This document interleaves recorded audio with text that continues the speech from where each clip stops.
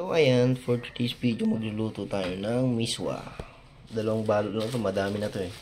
Tapos ang buong patola, karne ng baboy, sibuyas, bawang, tsaka kamatis. Tapos maglalagay din tayo ng patis and pamintang durog. Yun lang.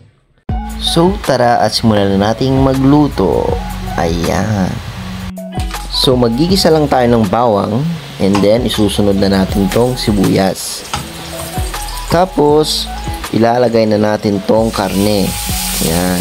And then after may lagay ng karne, susunod na agad natin tong kamatis.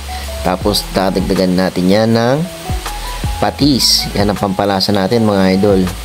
Tapos ayan, siguraduhin yung naigisa ng mabuti at nagmamantika na. Yan para hindi siya malansa. And then naglagay na din ako ng 2 cup ng tubig. Yan para sa sabaw. Then haluin natin para kumalat yung lasa. Yan, pag kumulo na, tsaka natin ilalagay yung patola. Ayan, takpan muna natin para mabilis kumulo. And then ayan, kapag kulong-kulo na siya, tingnan nyo naman, ilalagay na natin agad tong patola. So yung patola mga idol, mabilis lang kasing maluto yan eh. O ganyan siya kabilis. Yan, kapag kumulo na, pwede nyo nang ilagay yung miswa.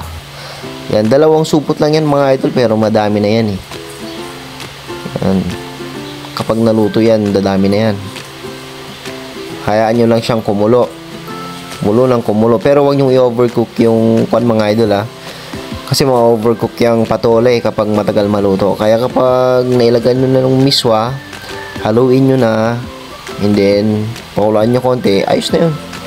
Ngayon lang kadaling magluto ng miswa with patola. So, nilalagay ko lang tong 2 supot na to.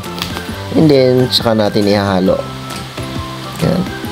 Siguraduhin yung nakapaloob yung miswa para naman maluto lahat. Madali lang yan mga idol. Simpleng pagluluto lang yan. Tapos, tikman nyo na din kung tama yung lasa. Kung nakukulangan kayo sa alat, doon na lang kayo maglagay ng asin. Konti lang naman. Pero kasi may lasa na yan kasi yung patis eh. Yun ang nagbibigay ng lasa sa ating miswa. Right, so ganito lang mga idol. Sundan nyo lang tong video. Kung hindi pa kayo marunong magluto ng miswa, ito na yung video para sa inyo. So yan, o diba? Luto na yan mga idol. Lalantakan na natin yan. O yan. Alam nyo, wala na yung tubig niya, konti na lang kasi hinigop na nung miswa lahat ng tubig. So yan lang mga idol ha.